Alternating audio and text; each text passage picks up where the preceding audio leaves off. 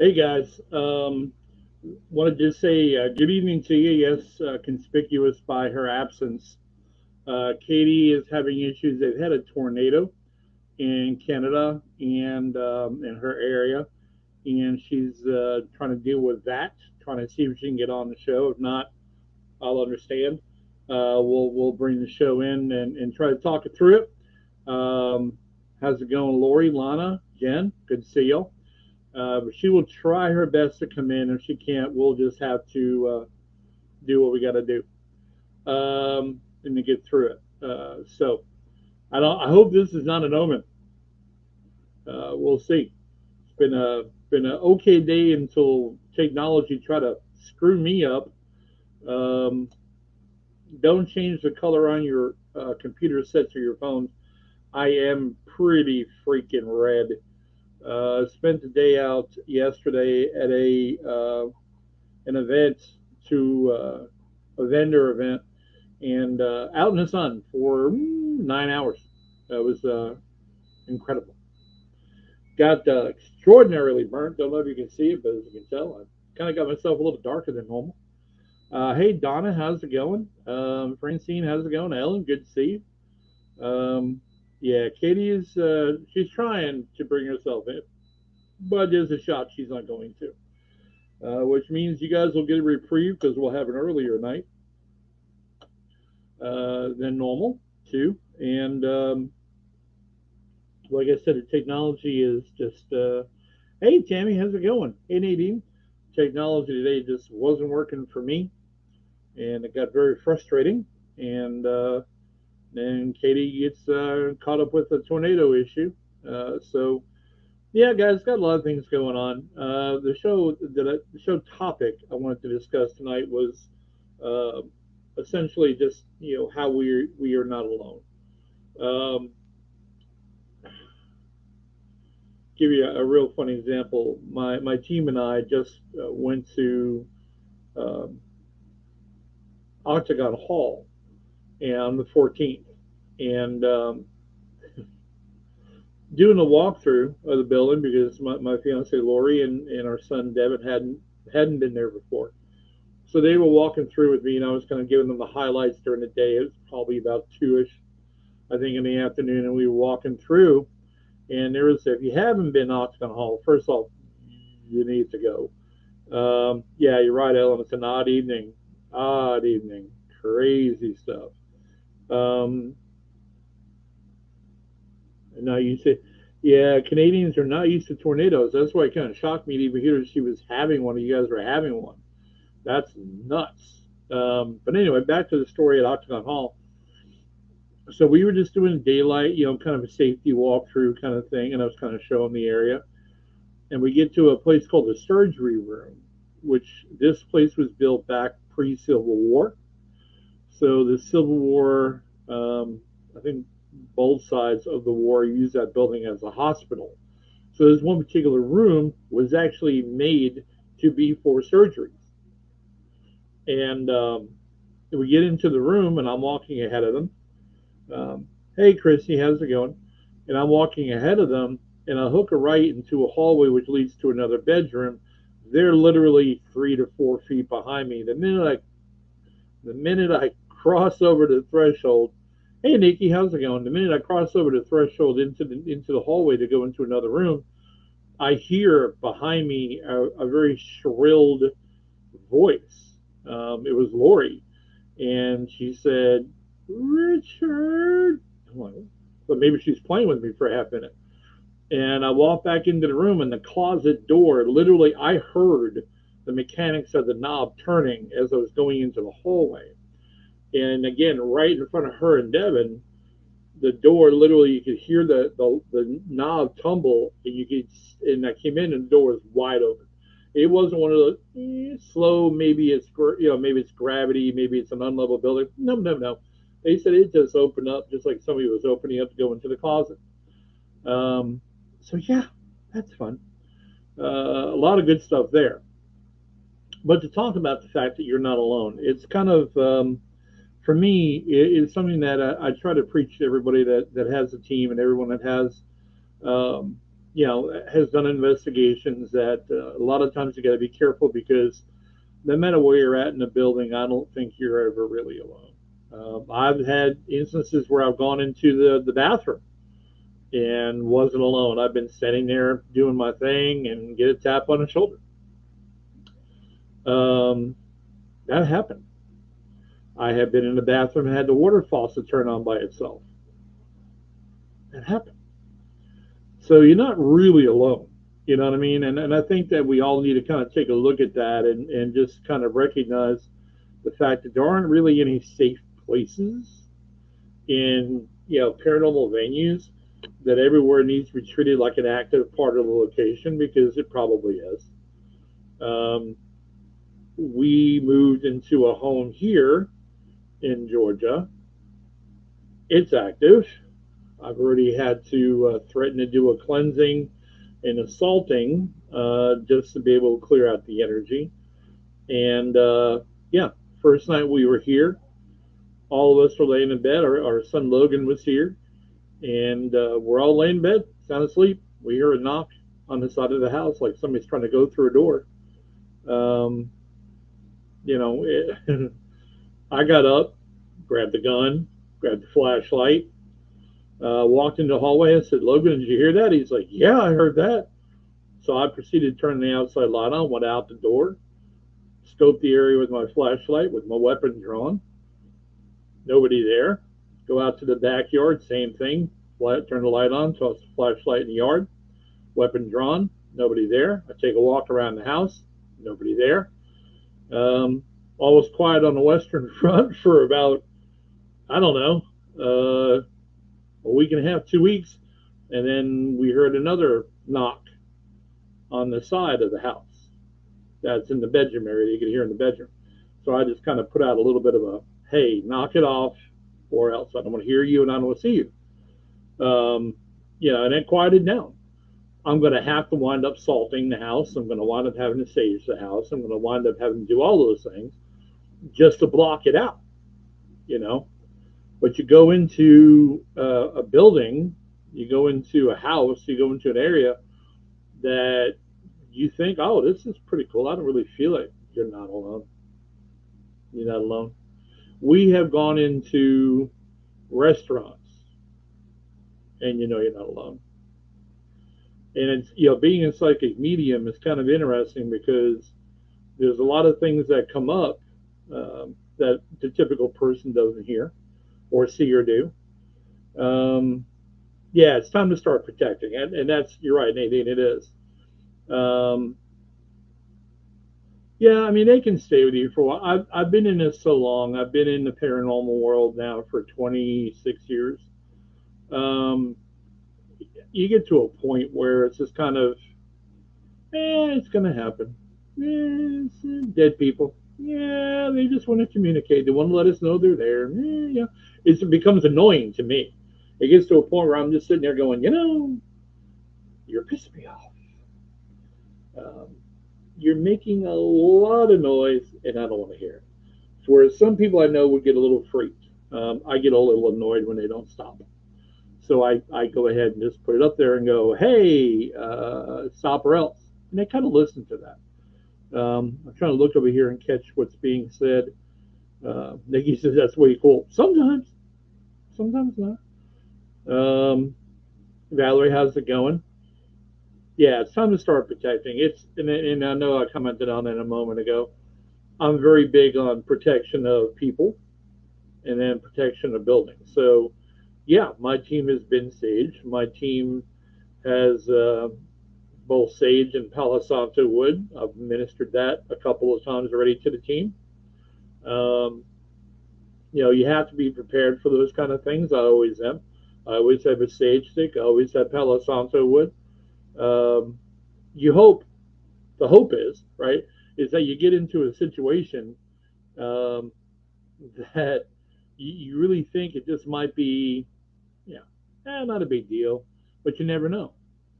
Sometimes those kind of things live on the reactionary management of how you handle it. So how you manage that reaction kind of determines how often they're going to want to try to play a game. I'm real big on not feeding in, not giving them fear energy. I'm real big on that. I don't see that as a smart move at all. Although sometimes it's very hard. Um, I've been in situations over the years. It's gotten better over the years, but you get into oh, you're fine, Stephanie. Don't worry about it. You're getting into a situation to where you have to what I call fish or cut bait. So either you stay or you go. It's fight or flight. Um, with more of a novice investigator, I would expect them to take the flight option and go. I'm more of the crazy person who says, "Hey, I just been told to get out. I'm going in." Um, you know, so it's kind of a thing that you can't. I'm a big believer in you can't let it get to you, but it's hard. I mean, the biggest challenge that people have gotten, I think, over the years, the biggest challenge people have run into is that the fear of the unknown, right? The unknown is incredible. That is the biggest fear point for anybody is the unknown. You go into a residential investigation, they're calling all these tales and making all these claims, and you're like, yeah, I said, well, we're going to research it for you, yada, yada, yada. You come out at the end, but come to find out it's Uncle John, um, who's just trying to get their attention, and it's really not a big deal. Now all of a sudden they're pretty calm, they're pretty chill. They're like, oh, well, I'll take a moment to say hi to John when in the morning comes or something. There's a comfort level when you know what's going on. The thing that always gets to me is that we were at this event yesterday, for example, hundreds of people scattered all over the place in this event. It was a big vendor event called Hometown Days, Down Home Days, Down Home Days. It was in Chickamauga, Georgia, and there was hundreds of people scattered all over the place. And then Lori, who's got abilities, who's finding out really what they really are, which is mediumship and empathy, and you know she's an empath, she's a medium, she's also clairaudient, so she's got a lot going on that she's learning how to manage. But her and I were just kind of sitting in a car with our 18-month-old granddaughter, just kind of getting her some cool air because it was like 90 some odd burning hell degrees. And we're sitting there and we look up to the right in the building, and it's a very old building with a wooden porch that sticks out from the building. I'm sure you've seen those. And there on that building is a very old man who's dead. Just sitting here. She points it out to me, and I look over and go, oh, yeah. Uh-huh. There's a gentleman who's passed away. And then a little boy who's also deceased pokes his arms and head and shoulders out and pokes it back into the doorway again. I'm sure nobody noticed the man besides Lori and I, but that just lets you know how not alone we really are. It's kind of insane. Well, good to meet you, Mr. Humphreys. Appreciate you coming in. And Nikki said, oh my God, that is so true for sure. I've often left that high strung folks or easily excited peeps can fuel the energy at times and not always in a good way. Absolutely. Energy, in my belief, energy breeds energy. Okay. So if you go into it and you give off fear energy and anxiety energy, some people just can't help it. Okay. So I get it. But when you give that out, okay, you're going to get that, you're going to feed off of that, and you're going to get something in return of that. We had that experience with our son Logan. We were at the Hamilton House on our last event on April 2nd. And not only did he get scratched 3 different times, witnessed by people that he didn't touch his back or his body, witnessed by people that he didn't do it. He's got 3 scratch marks going down his back, 2 going across the side, another one on the side of his back. I had one of our team members literally see him get tackled by a shadow figure and saw him go to the ground. You're talking about a 20-year-old man who, got into this just, for the opportunity to be with family and try to do something with the family. And his anxiety energy and fear energy fed him into, what I believe near catastrophic event. We had to separate him. We told him we couldn't go investigate anymore that night.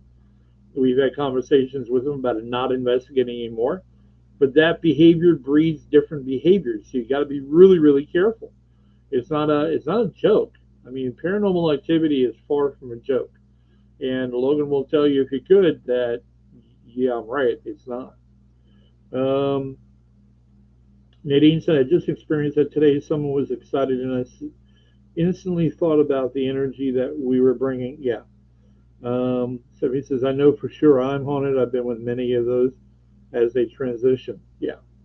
Um, and some people can do it. Now, energy and excitement is kind of I think excitement's a good energy to bring.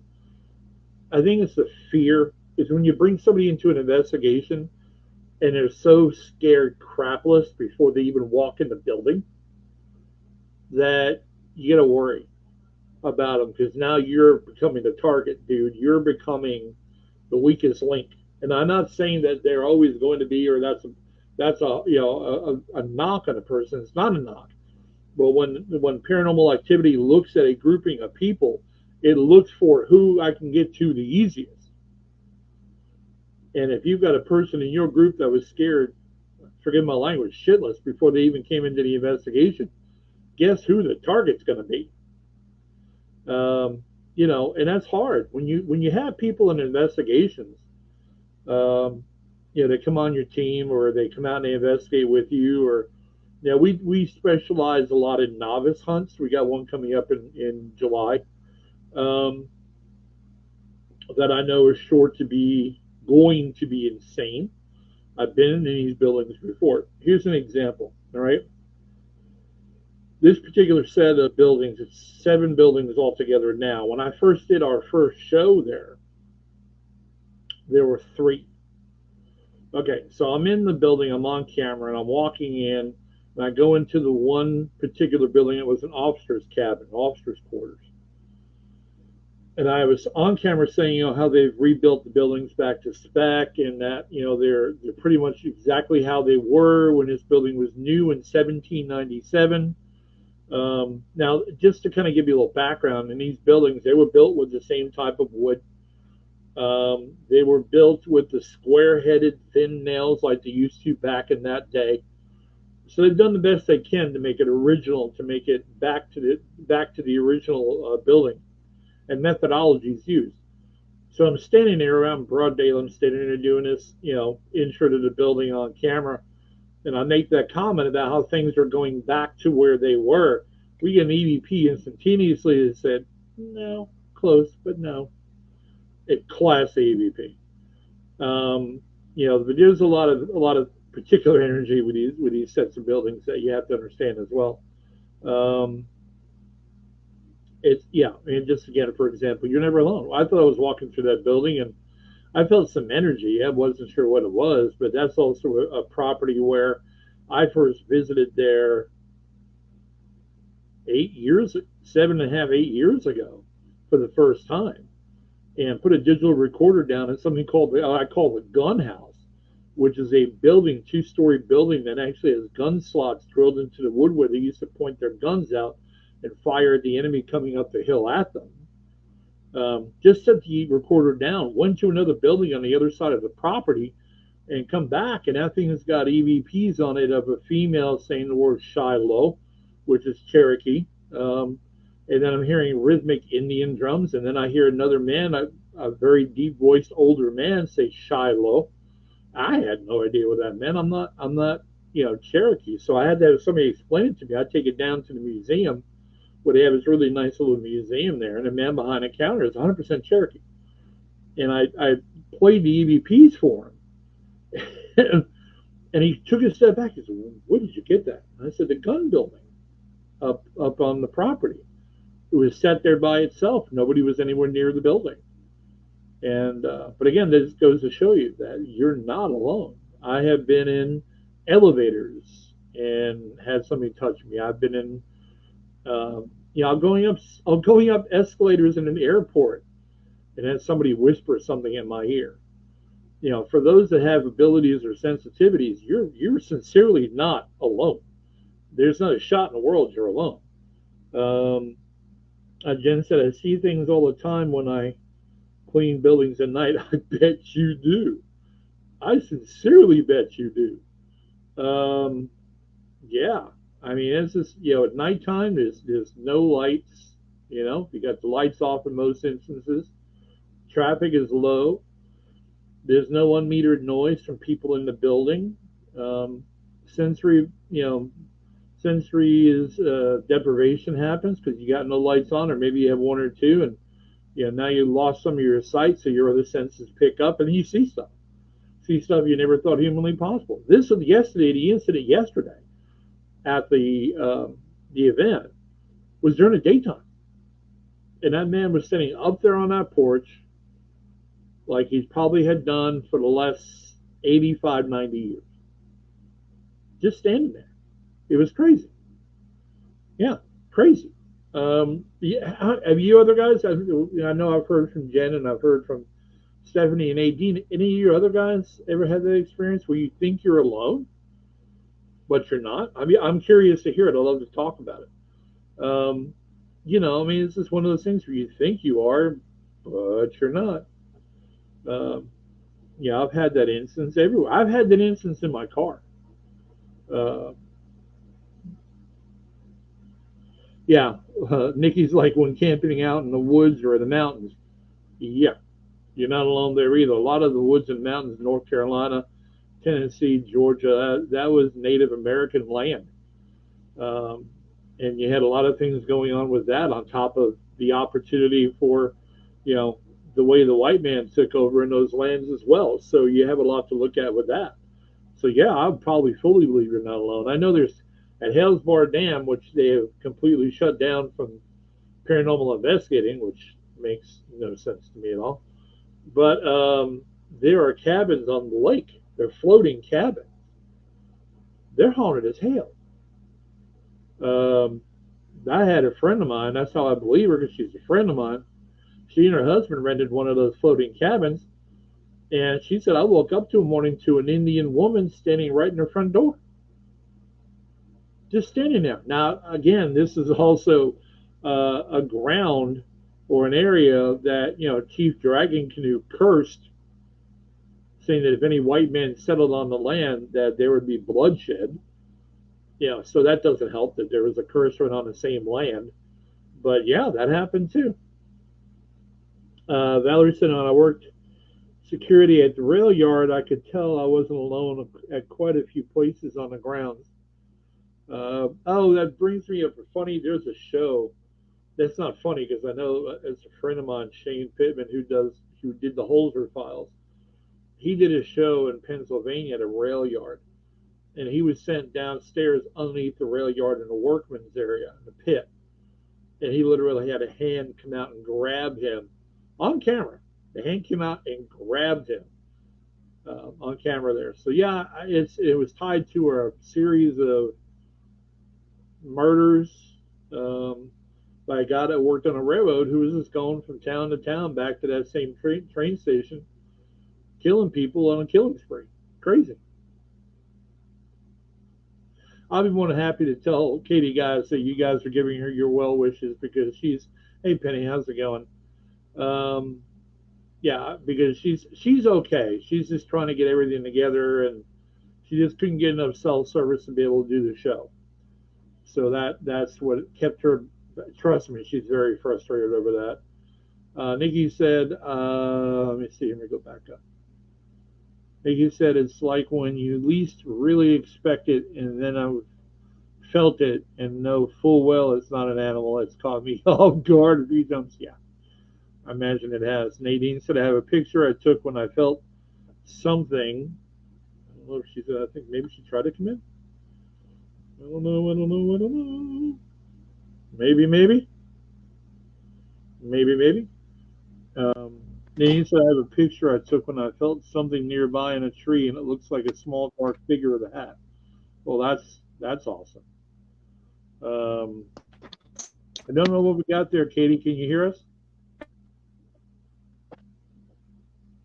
She's trying hard, guys. I promise she is. Hey, wait. I got a picture. It's choppy as all hell, but I got a picture. We'll see how that goes. Cell service in Canada is like internet in Canada. I'm assuming. Right. See me? or hear having issues, I'm sorry to interrupt you. I try my best. Unfortunately, I'm not able to get on. I don't know how it's working right now. But I'm sitting here for me. Well, I'm we sorry, I appreciate you apologize. doing I'm it. trying my best. We appreciate you Please bear giving it with the me. old college try.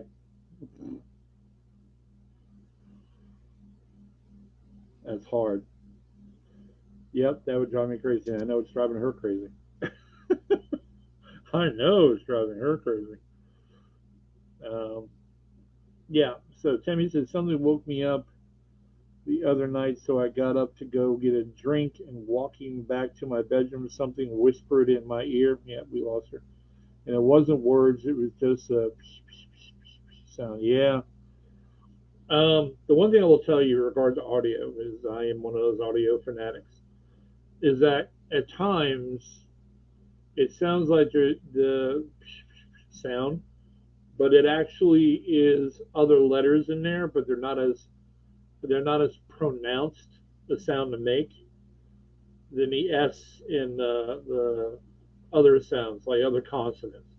Some consonants are easier to actually push out on vibration, which is how they're really communicating.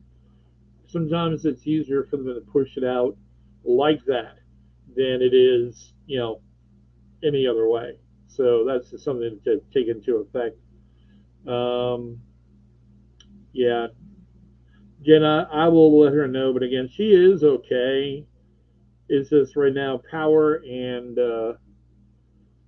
yeah, power and internet is a joke right now for her. So um, yeah, it's looking not impressed, but she froze on. Yeah, yeah, she doesn't like missing shows.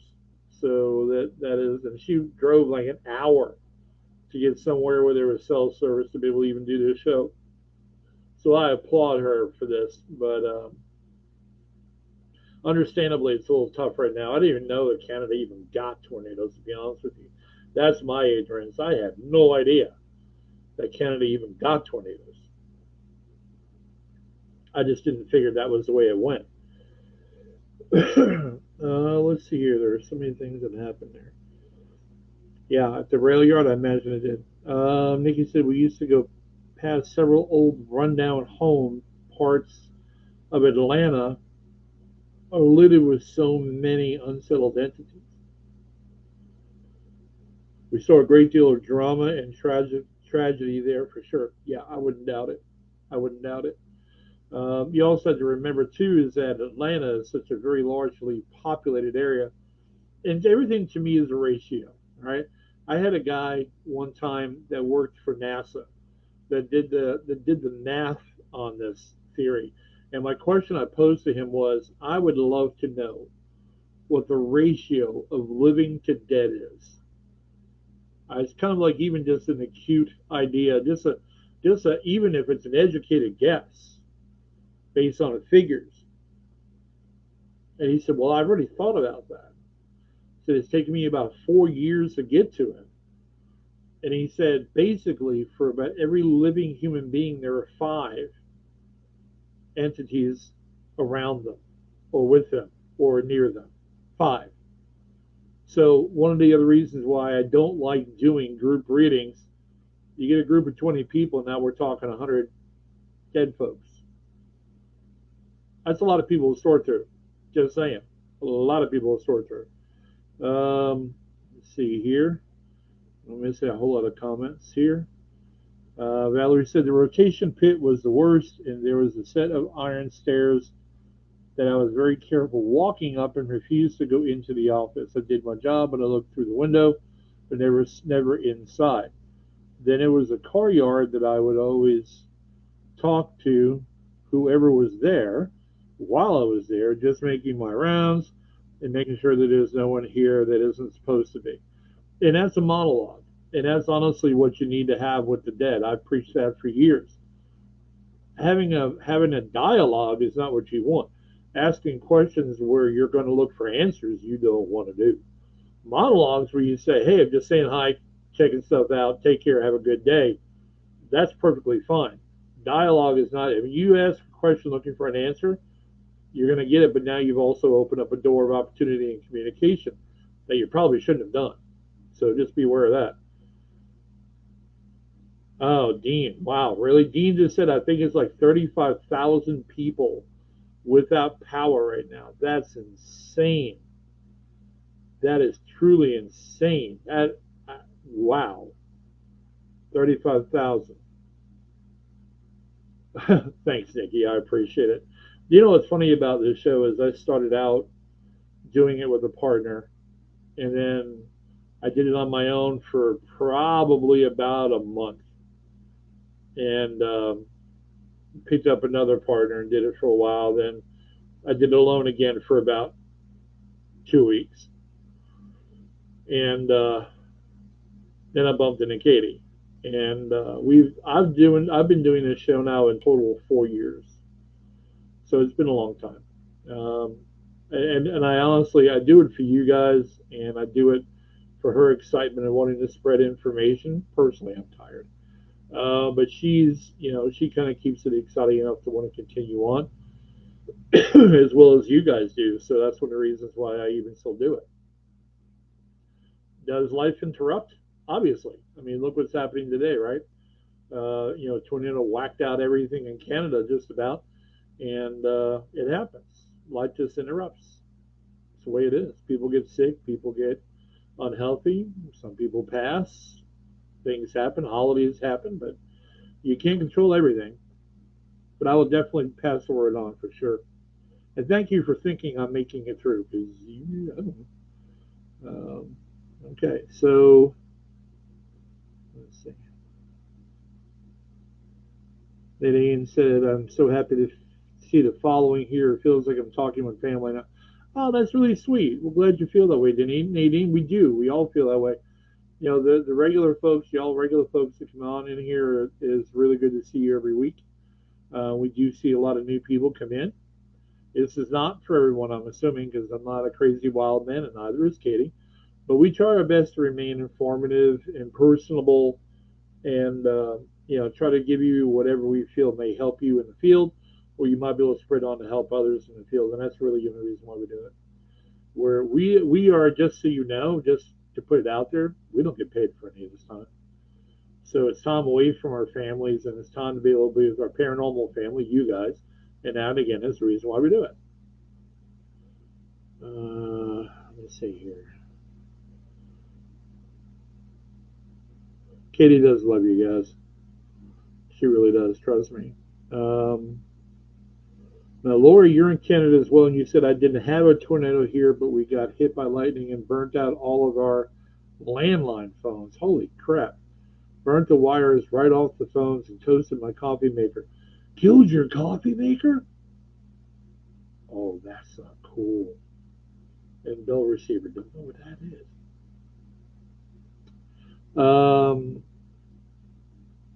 Yeah, I don't know what that is. Facebook user, hey Richard.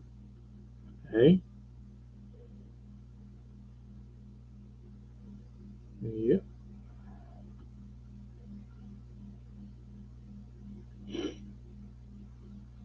Okay. Stephanie said my ex-husband was a conductor or engineer near Minneapolis, St. Paul. I've heard of the same stories. What is it, I wonder? What is the story with like train yards that they're haunted? I mean, does that make sense to anybody? Because it really doesn't to me. I mean, it's a transient area, it's a transient building, it's a transient everything. Why in the world would it be haunted? The one that Shane did the show on with Holzer Files, I get it. The guy was killing people in other cities and coming back to that city after he killed several people in that city as well. So I kind of get that.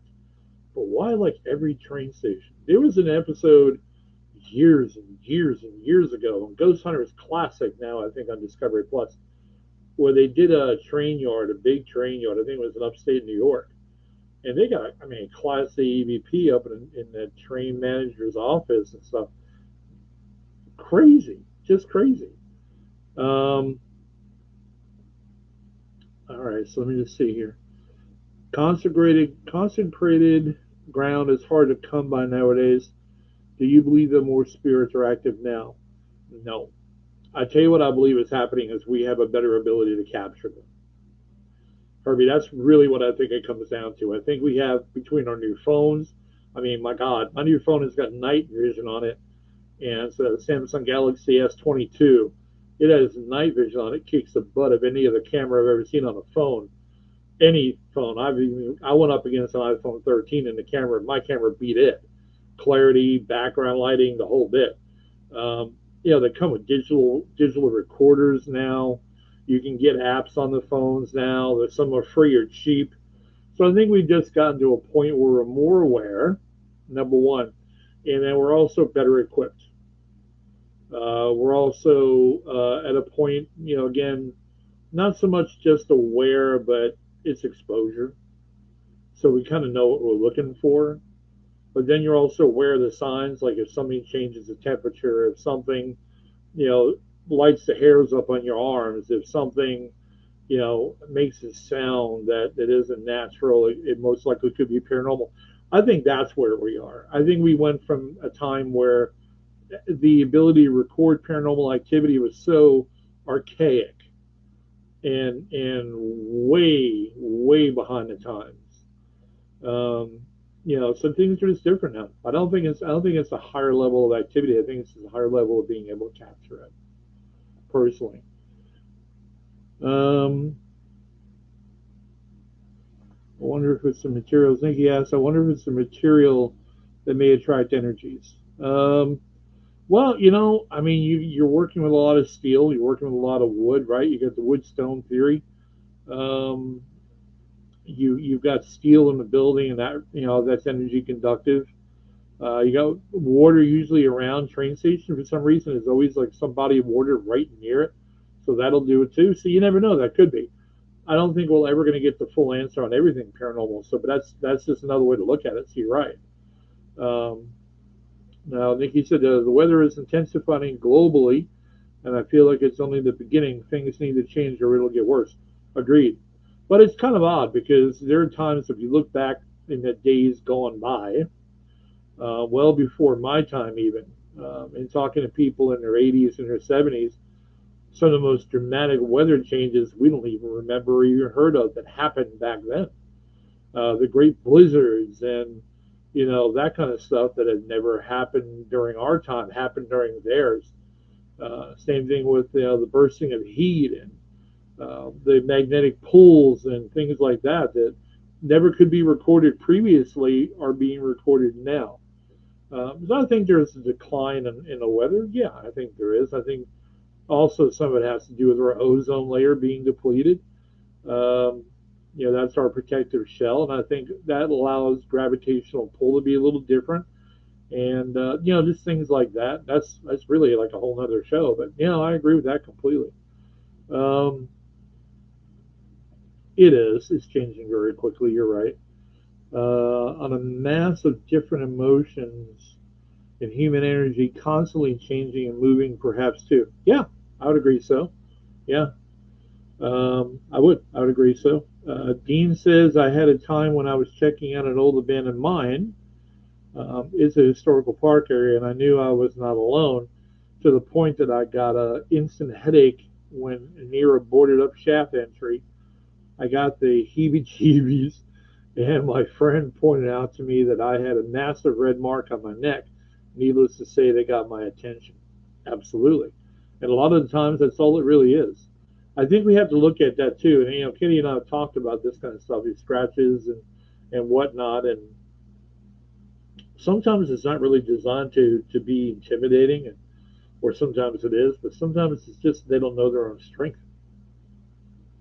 I've had something grab my arm, and it felt like it was going to break it. And then when I said, why do you want to hurt my arm? I literally got an EVP back that said, I'm sorry, I didn't mean to. Just, to be able to understand the power transference from, living life to being a metaphysical being is hard to manage, I think. I think it's really, really hard to manage. And, I think that has a lot to do with it, too. And then there are some that are just jerkwads who just want to scratch you to intimidate you, want to scare you, want to hurt you. And they just do that. I mean, that's just the way it works. Trying to think here. Yeah, my partner was so supportive in it. It was dismissing me, which is good, but he wasn't sensitive to it, so that helped. That does help. Herbie says I live in, is that Connecticut, I believe? A very haunted state, but it seems to me that Ohio is extremely haunted, and that based on all the television shows and books I've read. Um, yeah, honestly, I have heard that Ohio is pretty haunted. But here's the thing: I live in the South, man. I can't even begin to tell you how active. Literally, I drove through a town, um, Chickamauga battlefield area. The battlefield there is extraordinarily active. The entire freaking city.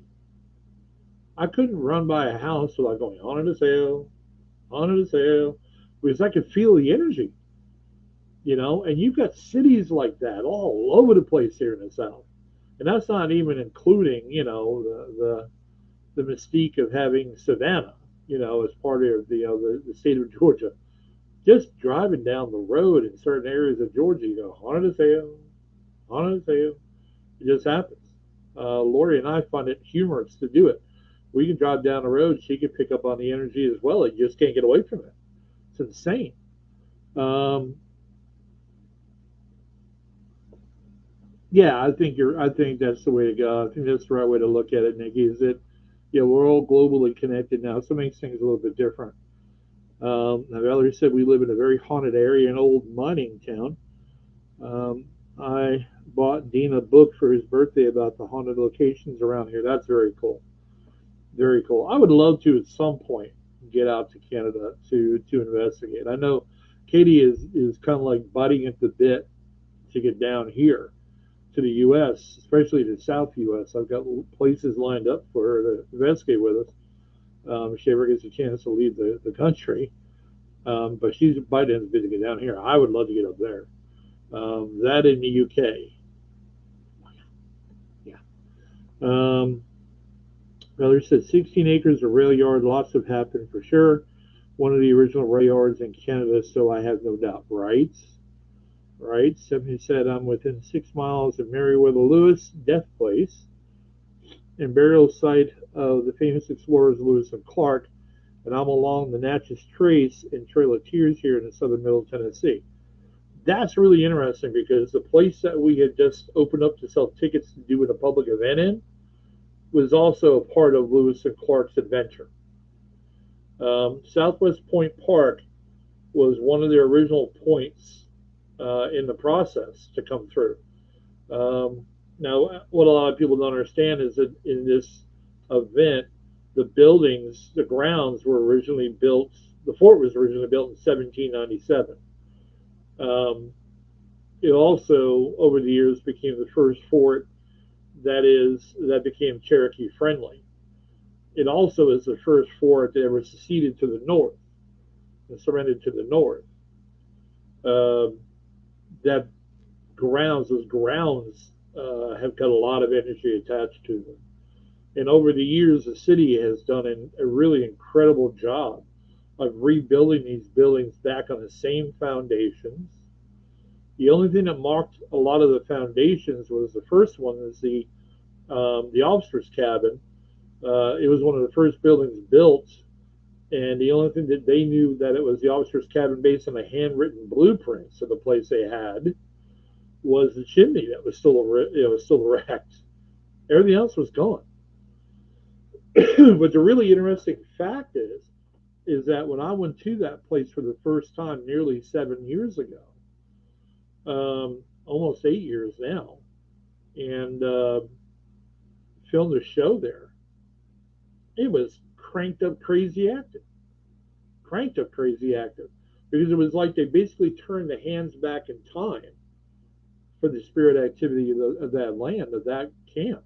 Now they have 7 buildings rebuilt, including a church, rebuilt on that land. And I went by there during the daytime of glory not too long ago, and whoa, we caught EVPs during the daytime just walking through.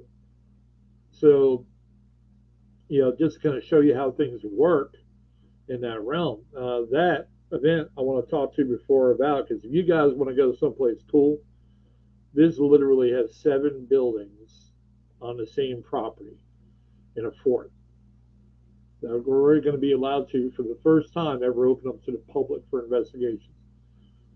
Unprecedented access to a very active place. If you go to YouTube, my YouTube under Richard Ruland, you'll see a couple of older shows that did there called The Fort, Part 1, Part 2. That's Southwest Point Park. And that'll give you an idea of the activity if you're considering going. It's a $49.99 ticket. Proceeds are going to the park because they operate everything and build everything back on those grounds on donations. It has nothing to do with state or government funding. So, the proceeds are going to them. It's $49.99. It's a 6-hour open investigation. You're going to have 7 buildings to go through. It's going to be a good time. But I'm going to limit the tickets because I don't want to overrun it with people. Just saying. It is in Kingston, Tennessee, which is about 20 minutes outside of Knoxville, southwest of Knoxville, actually west of Knoxville, on Route 40, not too far away. All right. So Nadine said this battlefield areas take all your energy and you can feel it everywhere. Yeah, you can. I walked the grounds of that particular Southwest Point Park, the fort area, and you can just feel the energy just come right up on you. And it's some really cool stuff. But you have to be aware of what you're dealing with. I did an experiment there where I was doing a sensory deprivation experiment, and I literally could feel the undulating of a spirit running up on me in my face the entire time in the officer's cabin. He didn't like me there. I investigated there one time with my team, and I had a nail, one of the flathead nails, literally thrown through the window. The windows are wooden, and they open up like any of the old day wooden windows do. The windows were open up because it was a little bit cooler in that way, and literally heard the nail fly through the air, hit the floor. You hear it bounce off the floor. And I put a flashlight on it, and it's a nail. I'm like, did somebody just throw a nail? And we got an EVP of a woman and said, I said, where did it come from? And we got an EVP of a woman and said, the window. And I'm like, why would somebody do that? And then you hear a male literally say, I'm sorry. Funniest thing I've ever seen in my life. Incredible. Like you said, I'm still fascinated by the New Jersey Triangle. That region seems alive with strangeness. Yeah, well, it's also New Jersey. Just kidding. No, you're right. Jen, you've never heard of Southwest Point Park. Again, it's in Kingston, Tennessee, right on Highway 58. It is right next door to the Kingston High School in Kingston, Tennessee. Right off Route 40, probably about 2 miles down the road, or 3, I assume. Not far, but a highly active little place. When I actually filmed my last show there, we were in the gun building with the holes that are drilled into the wood, and we were all there just, we had a guest medium with us, and he was saying that, he says, I'm sensing the Indian children and all of that, and, anybody could ever boo-hoo what a medium says, I guess. But he said we were dealing with the Indian children, and we went through investigating and asked questions and all of that, and then we leave. I'm the last one of the people on the show out of the building. The cameraman's behind me as the last person. We get ready to leave that gun building, and there's children laughing out loud on camera. So, just to kind of show you what kind of stuff goes on there, it's incredible. What does it say? You should, I'm sorry, I'm trying to go, but you should come up to Seabolt with Katie. We'll give you the grand tour of the mine ruins, the ferry cemetery, and the abandoned mansion. I really can't wait. The only problem is I've not gotten a jab, nor do I want to take the jab, unless I really have to. But when that time comes, I'm going to probably find a way to make it up there. I would love to. Let's see here. Valerie said you should come up. Okay, I got that one. Herbie and I want to join the investigation if she comes, or even if she isn't able to. We would like to join you one day. Well, that'd be nice, Nadine. It would be. The next thing we are doing is a team investigation, what I call a shakedown investigation of the fort. We're just going to do with my team, which is going to be the three or the four of us, maybe five max, that are going to be able to make that, because I want to kind of get an idea how they interact with the team now. We've been given the access by the city to do that. Everything is run by the city, so the city has to approve everything, including how many people are there and whatever. Um, so they've given us that, but there's going to be other times that we'll be able to get together with something. I promise. We will. Let me see here. My Chickamauga battlefield experience at age 12, I had a 17-hand Tennessee Walker stallion take off with me as I was riding bareback, and my dad had to step in front of it. Chickamauga is spooky. Yeah, Chickamauga is a different beast. I think there's a lot more going on there other than the Civil War. I get that energy every time I'm there. I know for a fact one of the roads that leads through the grounds has got a gentleman there that, all right, he's not a gentleman, he's a jackass. He's a guy that just doesn't like women, and he literally wants a new host. So he will jump in a car with you and see if he cannot jump you and go home with you. It's great. Okay. Valerie said we live in an old hospital residence. Oh God. I'm sure I've seen things in our apartment a couple of times.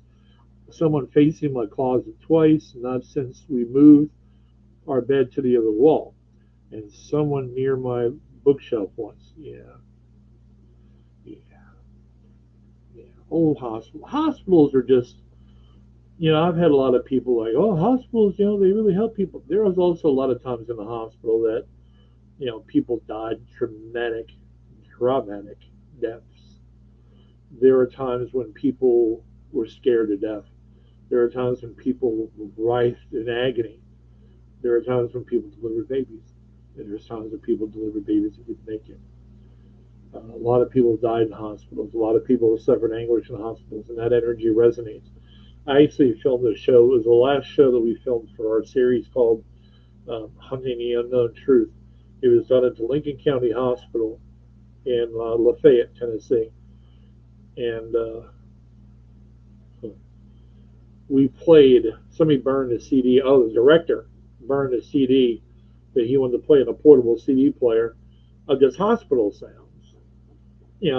Hustling, bustling, machines beeping, heart rate, and somebody finally winds up dying. You hear the straight line of the person dying, that kind of thing. And we played it out loud as the device would go while we were filming. It went on for about 10 minutes, stopped the CD from playing. The noises continued for about another 10, 12 seconds. So, yeah, the energy carries in buildings like that. It really doesn't have much of a choice. It's kind of crazy. Let's see here. Sorry, guys, I'm trying to do this one-handed, one person, not fun. Unless, say, having completed several trails in Tennessee and along the Appalachians, that region, Smokies, are alive with activity and so much incredible rich history. Yes, they are. You're 100% right. Valerie said, I've always found the Appalachian area intriguing. It is. It is. It really is. Lori said, I used to ride bareback all the time when I was 12. Had no fear. I still have 3 horses. Yes, you and Katie probably get along well there. Okay. Nikki said, my bestie and I camped out in West Virginia, right near Waverly, which we did an overnight investigation at. The campground was fascinating, too, to so much energy. I bet it was.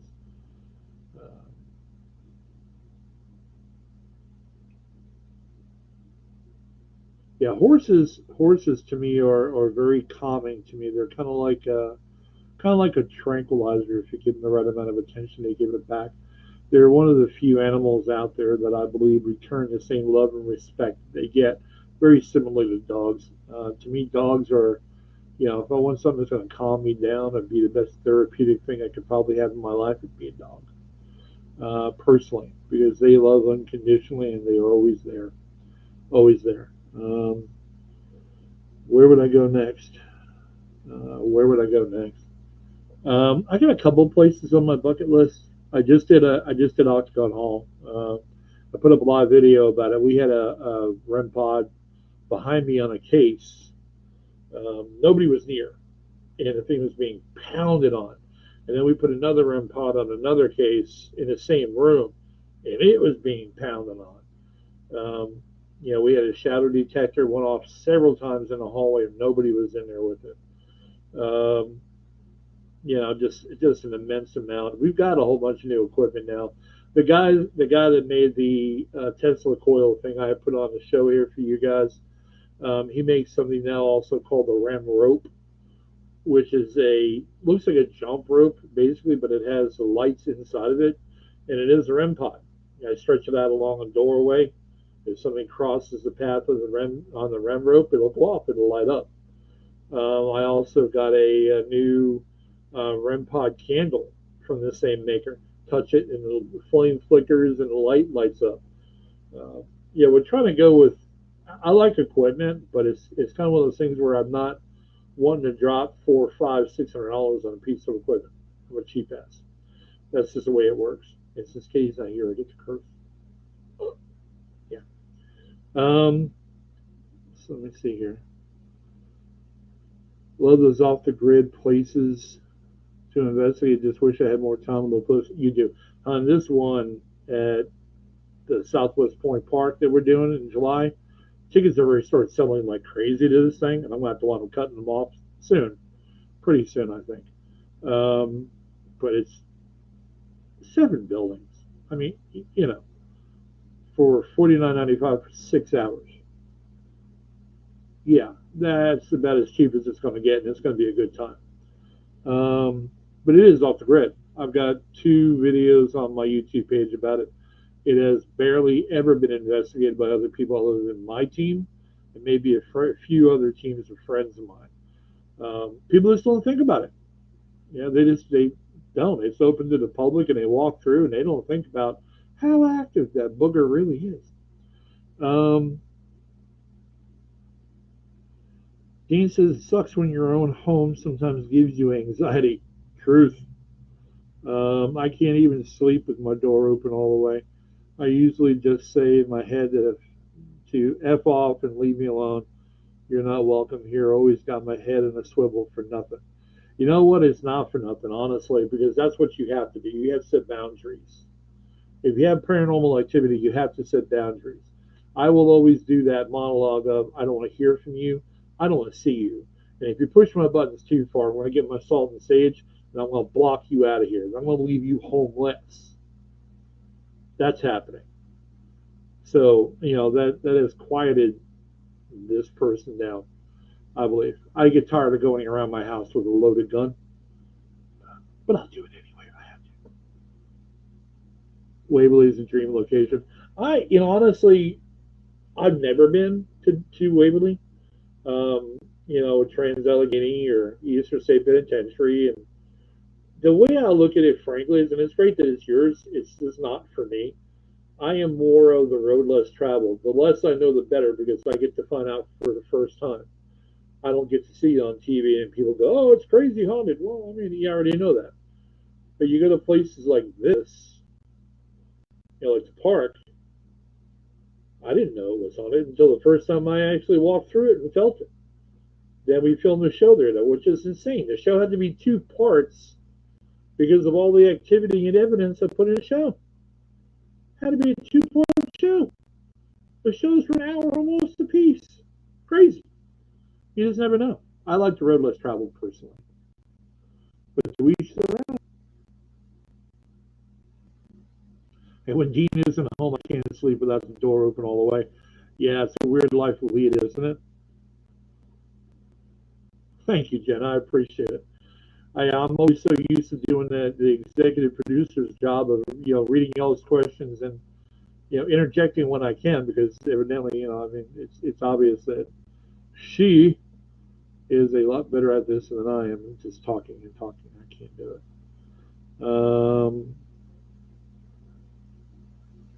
Right, Ontario had tornadoes on the menu. Yeah, that's not my fault.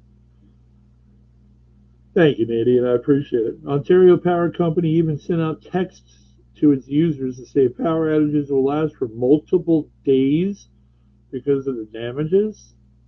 Luckily, we aren't affected, but a lot of people are. One report says over 350,000 people are affected. Holy crap. Wow. Wow. I'm a top seeded amateur. Yeah, at best. At best.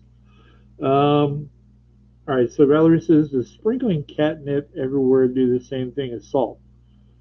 Because our cats love to make a mess of it. No, no, no. It's different. Salt is completely different. Yeah, completely different. Salt is just a binder. I usually, when I do a house cleansing, it's usually salt and water, and then I charge the water with white lights because I'm a light worker. I can charge the water with white lights and clarify the water to a purity level. And I salt and spray the inside of the house around the perimeter 3 times clockwise. And then I will use sage, like I'm painting a wall with the sage, 3 times clockwise. And then I will go outside and use sea salt and make 3 solid circles around the house clockwise with the sea salt.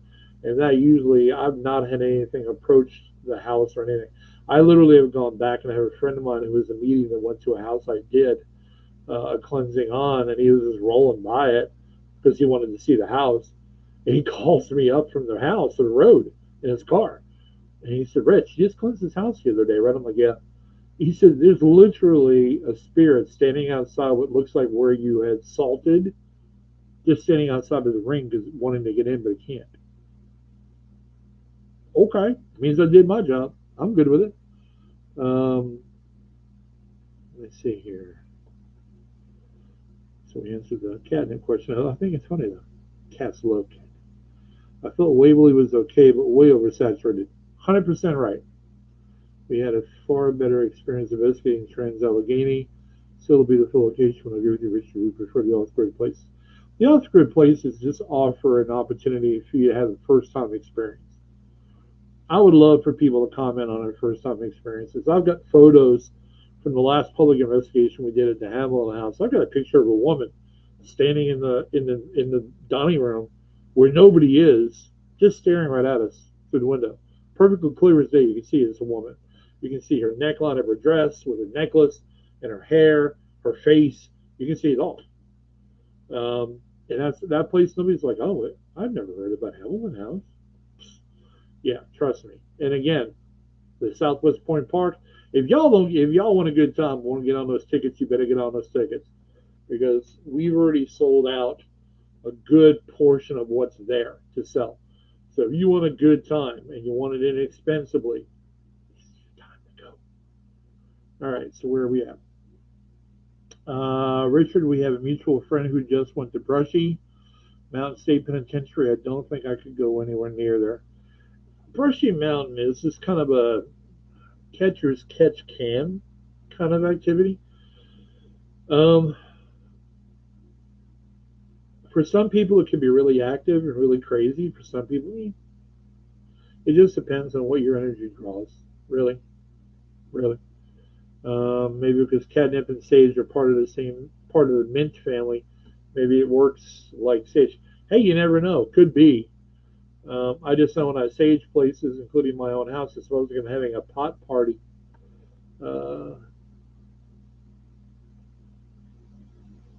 I have excitement about going to the well-known places, but the stories have already been played over and over. You're 100% right, which does not make the road less traveled more appealing. It does, and that again is exactly the reason why I do the road less traveled.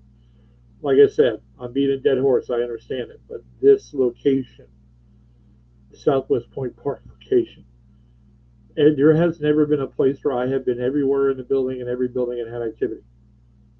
Every building. even the grounds. I've stood on the grounds of that fort and heard cannon fire. Just standing there. I've caught EVPs standing there. My team went in January one year, and it was 60 degrees out. We had a weenie roast. They had a fire pit back then before they built a building on it now. They had a fire pit back then on the building foundation. We were catching EVPs sitting around the fire eating hot dogs. Crazy. And it's crazy. That's why I was so happy and excited when I got the opportunity to have an event on this land and on this fort, because it's not going to probably ever happen again. The city parks manager or director of parks had to fight to get us in that building or get us on that property and that land and those buildings.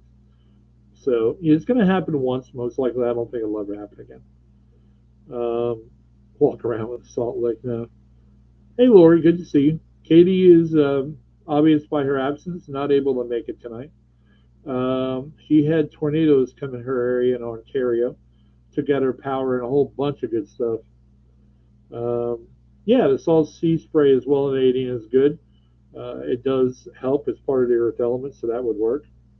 Trying to think. You guys have me laughing tonight. Thank you. You're welcome. No problem. I'm more the comedian than idiot. Tonight's a blast. Thank you, Valerie. We appreciate it. Kind of crazy. Yeah. So yeah, now are you saying that you might be able to swing the fort event? Valerie, is that what you're saying? I don't think you guys are able to leave Canada.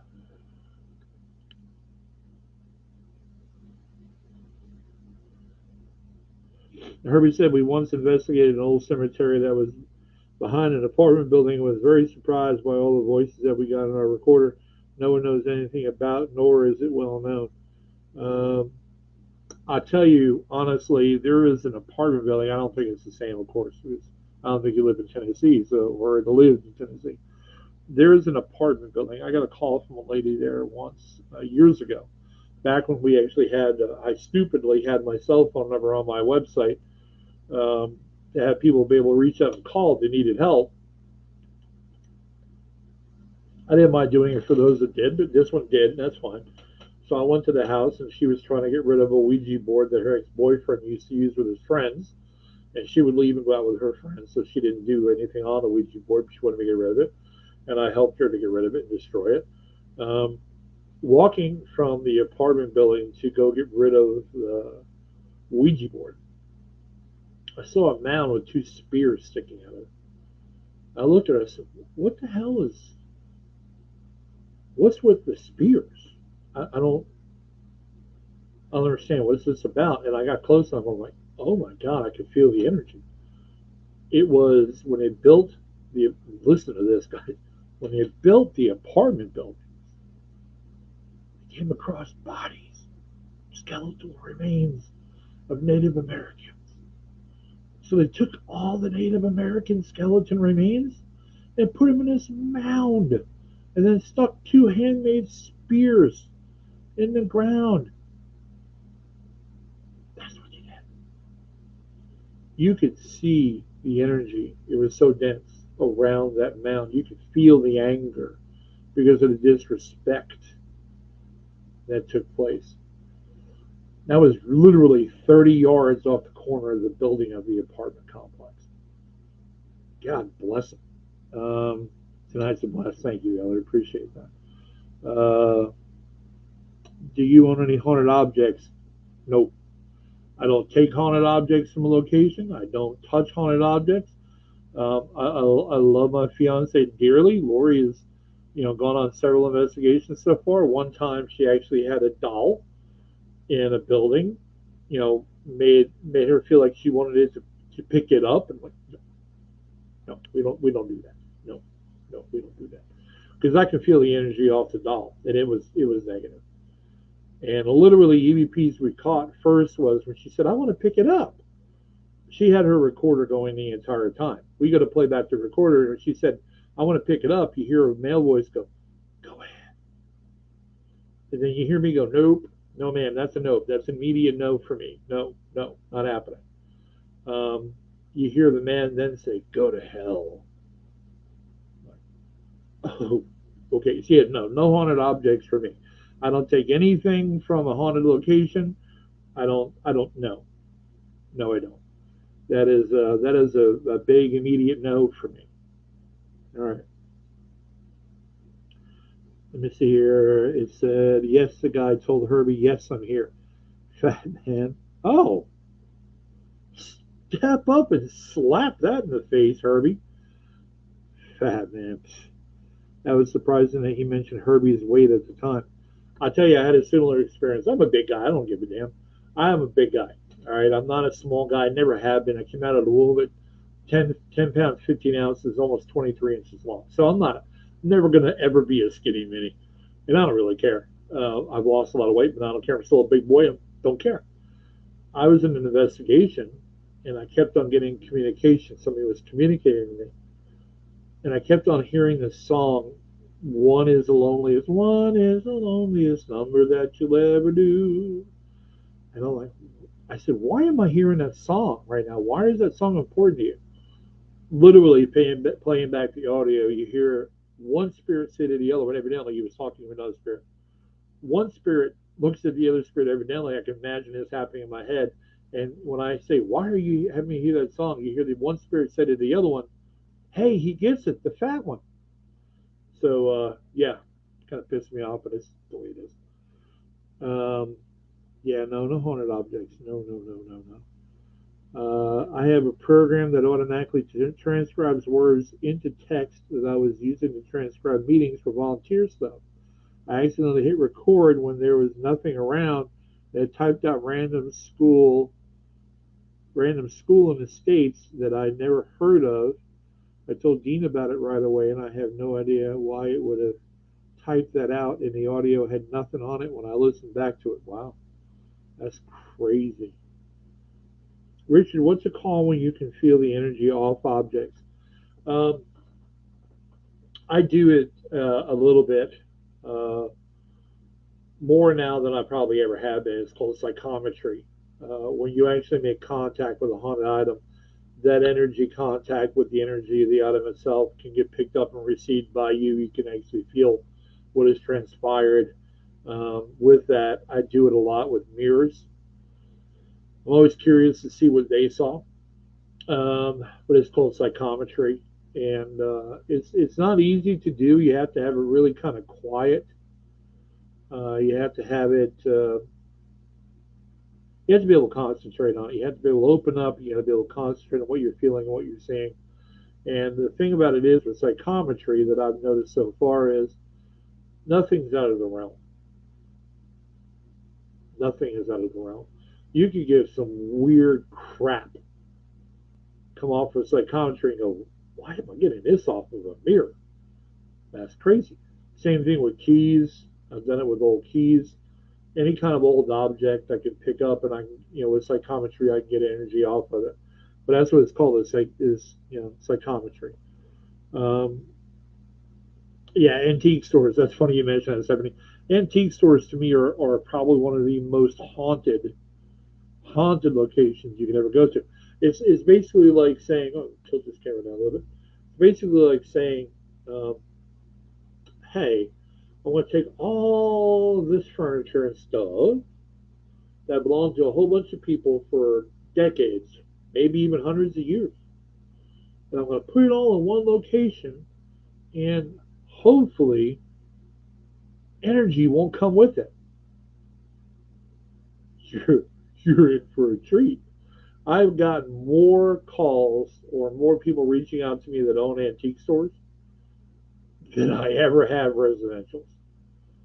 Man, I got some crazy crap. I opened up this antique store 6 months ago, and I got some crazy crap going on. Really? You think? Okay. Yeah. Kind of crazy. Herbie said one time my mom and I were walking by the cemetery and I saw a plant and I said, wow, what a beautiful plant. And she took it home, and that night we had a dream that a man came to visit her. He was all wet. She got scared and woke up. She went to the bathroom and noticed that wet footprints in the hallway. She returned the plant the next day. Boom. It could be something that's absolutely benign in your thought process anyway. It could be something absolutely benign that you happen to make contact with. But it was part of that ground is what made the contact point. But yet nothing should ever come home from a place where you've investigated. Ever come home. And wow, we literally rolled through an hour and 15 minutes out of an hour and a half show. Wow. Hopefully I didn't bore you guys too much tonight by myself. I'm used to kind of saying that, singing. And, we've had a good time tonight. I really hate that Katie couldn't make it tonight, but, I think we had a good time. I got to have a little more of a comedic time than I usually do. Katie likes to reel me in. That's okay. Katie, Stephanie said there is an antique store in Lawrenceburg, Tennessee called Full Moon. You and Lori need to visit. Oh, Lord. Right on the square. It's known all over Tennessee for being haunted, plus the prices are very reasonable. Won't be buying anything antique. No, no, no, no, no, no, no, no, no. Michael Acosta, how's it going, buddy? There's a few times when I've smelt the smell that would linger, then go away, and then come back with no real reason. I kept smelling my clothes. No one was wearing that smell around me or anything. Usually it's familiar smell and comforting, but I can never quite place it. I would tell you that smells can associate as a metaphysical contact. You may have a deceased person that smoked a certain cigar. That if you smelt that cigar smell, you would recognize that person. Same thing with ladies. With ladies, you have that same thing with perfume. Back in the old days, they didn't have perfume per se. They actually used rose water as part of a perfume set that was homemade. So you'll have that. If you have a wooden table, anything like that, if you put an old wooden table, let's say for example, right by a window that the sun comes in on, unfortunately, the sun is going to heat the wood, and the smell from the wood for all the years that whoever sat there is going to come out of that wood. It has nothing to do with being paranormal. It's just a matter of it being, permeating into the wood. Let's see here, Miss Kitty, but you're doing awesome. Oh, thank you, Herbie. I appreciate that. Appreciate it, Lori. Saying we did have a great time. Kitty cannot wait to see you next time. She's going to really love to see that, guys. She really appreciates it. She was so frustrated trying to come out tonight and do this show. I know she tried to jump in here briefly, and that just goes to show you what kind of a pro she is.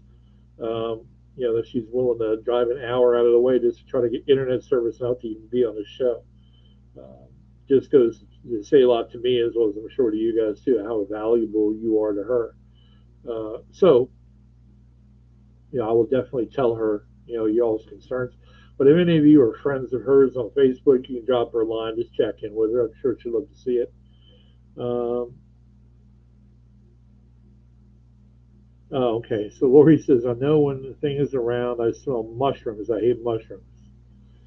Mushrooms? That's weird. Probably very paranormal, but weird. I've had it with roses, and I had it when my mom passed, and a family member, my sister, had a couple of her tables, pieces of her furniture. And I was one that always used to go out and pick her hyacinths and bring them in every morning. As a kid, go outside, cut about 6, 7 hyacinths, come in. And if you don't know hyacinths have a fragrance that is just, it fills up a room with an aroma that is just beautiful, beautiful smelling flower. And I remember several times going to my sister's house, and I could start smelling a wafting of hyacinths fragrance. And I would ask my sister, do you have hyacinths here? No. It was just kind of my mom's way of being able to communicate with me like that. So sometimes that's all they can do. A lot of times we have to realize that they have a hard time communicating the way that people are used to. Um, a lot of people think, oh, EVPs, they're just going to show up in a corner. Sometimes they can't. Sometimes they don't have the power to. And, so sometimes there are going to be things like a knock or things like fragrances, smells, things like that are going to be able to. And sometimes, growls and grunts oftentimes might be all they can do. And it's not being anything mean, just being all they can do. Sometimes they just don't have that power. They just don't. It's sad, but it's true. They don't have a vast amount of energy when they first pass. When a living person passes, at that point that they pass is when they have the most power, the most strength. And that's typically when people have the immediate sightings of family members that pass is right when they die, because that's when they're at their strongest.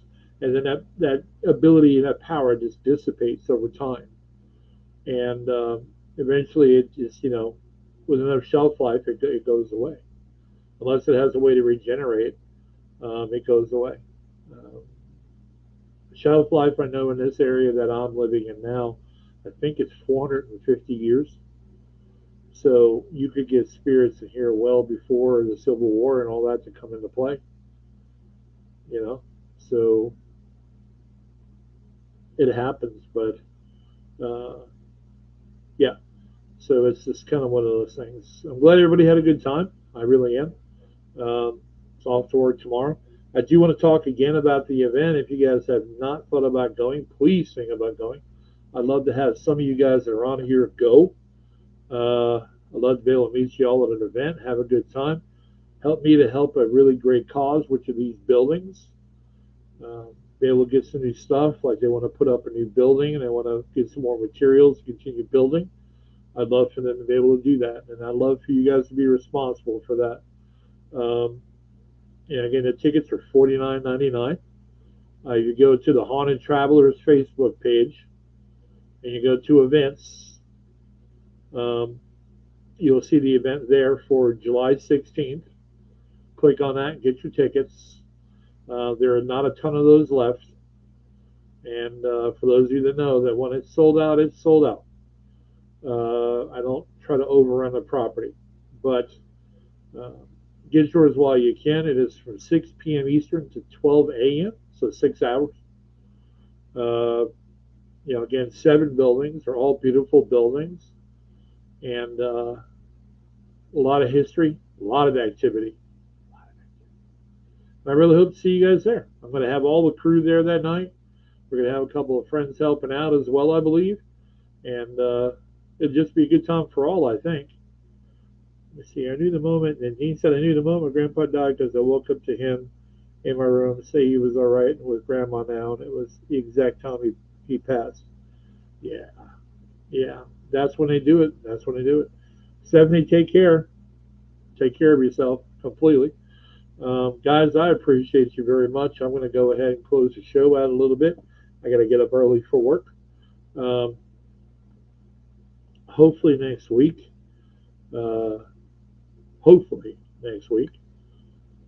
Katie is able to come in and get us going here. Sorry, I'm trying to find it. The answer. There we go. So, guys, if you have an opportunity to look at it, if you got questions about the investigation due on the 16th of July, reach out to me, please. If you need a direct link for the tickets, reach out to me as well. I can send that to you. But I really would love to have this thing sold out and be proud enough to walk in and say, my people, and I do consider you all my people have gone ahead and have made this happen. So if you have any questions, reach out to me on Facebook, message me, whatever, and I'll be happy to get it going, guys. Until then, you guys, please have a great night, and I will talk to you all next week. Take it easy.